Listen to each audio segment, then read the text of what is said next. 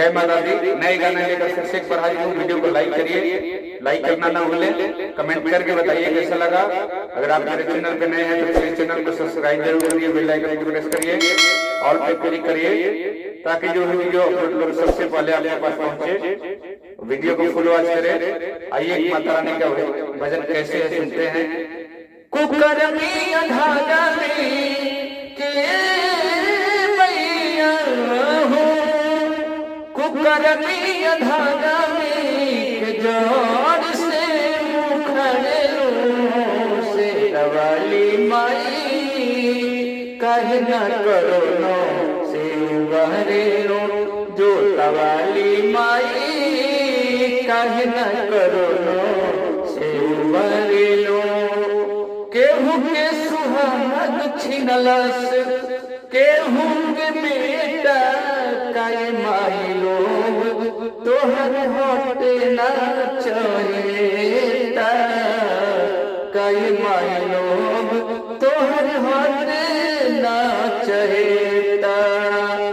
अरे सुन के अदात माई, सुन के अदात माई, सुन के अदात माई कहे आप डरे जो तवाली माई कहे न करो नो से उबहरे लो से रवाली माई कहे न करो नो से उबहरे लो। हर बाटे देशवा के भीतर सब गोहरा रे अपन अपन देवता पितर माई सब गोहरा रे अपन अपन देवता पितर।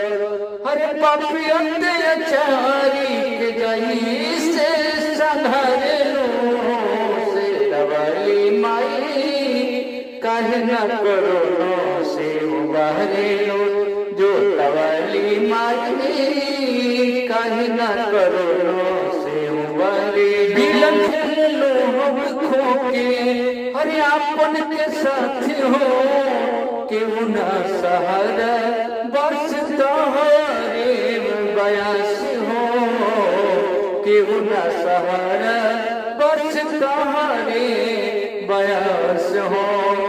हर सेवकन के जिंदगी के काहे ना बचावे जो तवाली माई काहे न करो ना से उबारे लो। हर स्वरूप ब्रह्मा हर विष्णु महेश के देर न लगाओ माई हरि कलेश के देर न लगाओ माई हरि कलेश के।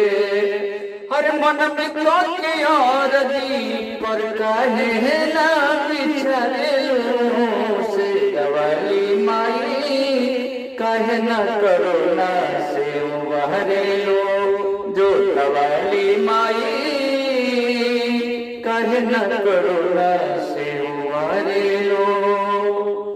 जय माता दी।